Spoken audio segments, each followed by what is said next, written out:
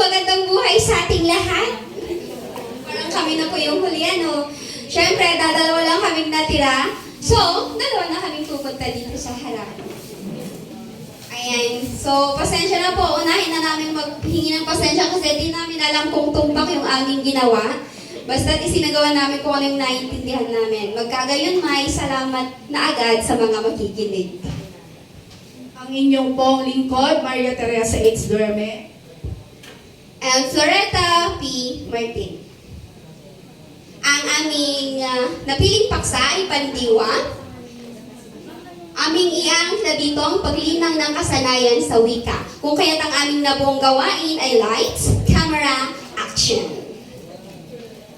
Siyempre, sa bawat gawain, meron tayong mga layunin. Sa ating paggawa ng ating layunin, binibigyang pansin natin yung pag-unawa sa wika.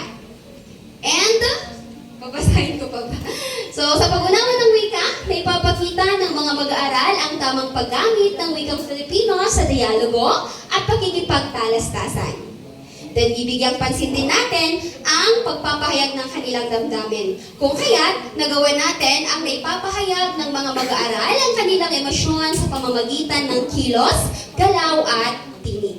Hindi natin kakalimutan dyan ang paglinang ng pagkamalikhain nila.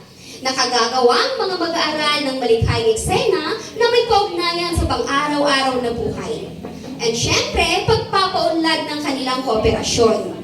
Nagkikipagtulungan ng mga mag-aaral sa kanilang grupo upang makabuo ng maayos at makabuluhang pagtatanghal. At syempre, yung isang target natin, yung pagpapahalaga sa kultura. Na ipapakita ng mga mag-aaral ang kahalagahan ng wikang Filipino bilang kasangkapan sa pagpapahayag ng damdamin at ideya sa konteksto ng kulturang Pilipino. Ayan, so sinundan namin yung pinakita kanina, narito ang mga hakbang natin. So syempre sa pagsisimula, hindi mawawala ang motibasyon. Kahit man sabihin pa natin, dapat ang motibasyon ay hindi lang sa simula, kundi hanggang sa huli. At syempre, balikan natin yung sinabi kahapon, sa motibasyon pa lang, dapat ikaw na ang I am doon. Diba? Guro. So, sa motibasyon, napili namin magpakita ng guro ng isang maikling video clip mula sa isang pelikula o dula. So, hindi yung kabuuan, pwedeng mo lang ng maikling clip doon. Then, medyo may pagka-traditional kasi magtatanong tayo, tatanungin ng mga mag-aaral kung anong napansin nila sa kilos, galaw, at pananalita ng mga tauhan. Syempre, nasa grade 8 pa lang kasi yung estudyante natin. Mas mainam magsimula tayo sa basic na tanong. Okay? Then, pag-uugnay, ito na yung papatas na tayo sa hats na tanong natin. Paano nakatutulong ang tamang paggamit ng wika at kilos sa pagpapahayag ng damdamin? Okay lang kayo? Okay, then, eto, may mga gawain tayo. So, mga simpleng gawain muna sa mga mag-aaral, yung pangkatang pagsasanay. Hahatiin natin sila sa maliit na grupo.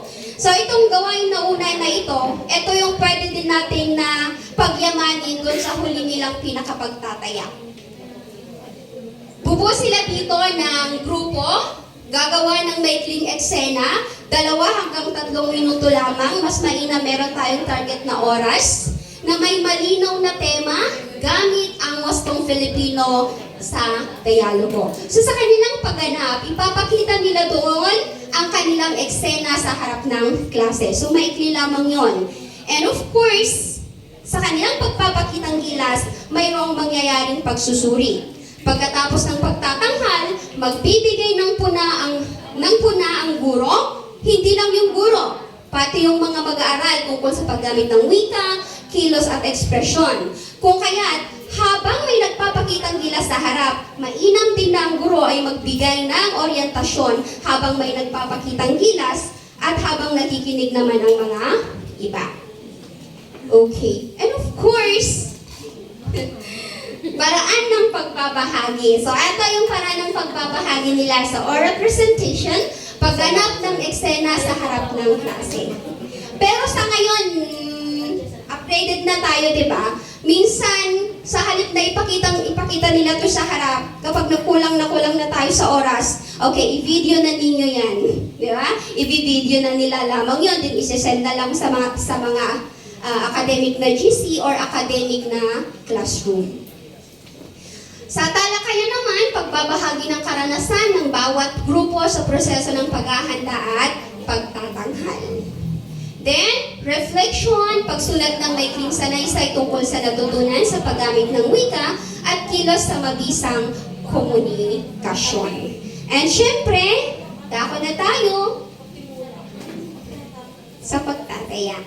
So, sa ating pagtataya, mainam pa rin meron tayong rubric o pamantayang susundan. Di ba, ma'am? Isahan natin yan, di ba? Sa bawat gawain ay binibigay natin, ay kinakailangan natin ang tinatawag nating rubrics. Okay, para may masundan yung mga mag-aaral. Okay, dito sa pagganap ng mag-aaral, wastong wika, malinaw tamat ang paggamit ng wikang Filipino. Sa dialogo, 30%. Okay, pagpapahayag ng damdamin na ipakita ang emosyon sa pamamagitan ng kilos, galaw at tinig ay 30%. And kooperasyon ng grupo, nakikipagtulungan ng maayos. May organisasyon at pagkakaisa sa eksena. Pagkamalikhain, of course, lahat naman tayong mga guro ay malikhain. Siyempre, kung may malikhaing guro, meron ding malikhaing mga mag-aaral.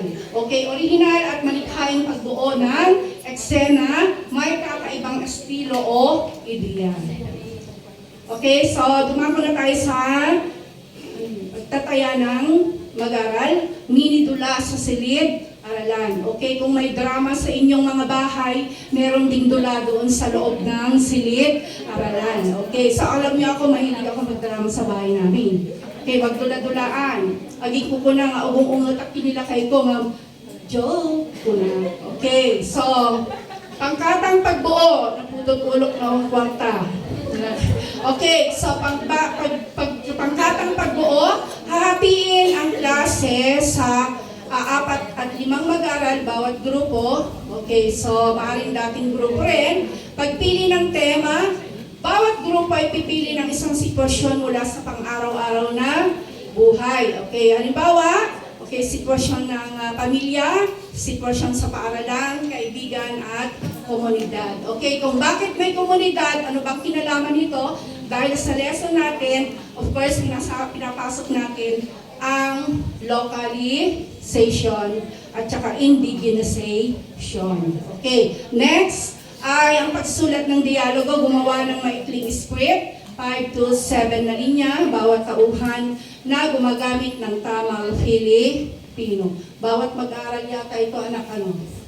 Okay, so, ay papakita ang eksena sa harap ng klase sa pagganap, gamit ang tamang kilos, galaw at ekspresyon. Sa pagbabahagi naman, pagkatapos ng pagtatanghal nila, okay, magbabahagi na ang mga mag-aaral o bawat grupo ng kanilang mga karanasan sa paghahanda kung paano nila may papakita ang damdamin gamit ang wika at kilos. Okay, meron pa ba? Ito yung sinasabi ko kanina, di ba meron na tayong nauna na gawain kanina, pagyayamanin na lamang. So yung 2 to 3 minutes kanina, pwedeng yun ang pagyamanin nila. So pwedeng mas mainam gamitin pa rin yung dating pangkat. Para hindi pa rin iwan kung ano yung nasimulan. At syempre, halimbawa ng sitwasyon na maaaring gamitin, pagdiriwang ng tagumpay ng isang grupo matapos ang proyekto, of course. Ito yung mga sitwasyon na maaaring gamitin sa paksa, pag-aaway ng magkapatid at kanilang pagkakasundo, paghingi ng tawad sa kaibigan matapos ang hindi pagkakaunawaan, pagpapakita ng malasakit sa kapwa, mag-aaral na may problema. ito yung di ba, alam naman natin, lalo kung mga grade 8 ang mga yan, tatanungin nila, Ma'am, ata lang ba tiramidin mi nga kwa? Dito lang ba iti paksami? So, wag natin silang ikulong doon sa halimbawang binigay natin. Pwede nating ibukas sa kanila na ito lang yung halimbawa na pwede nilang gawin. Kung meron silang mas mainam na naiisip, pwedeng yun.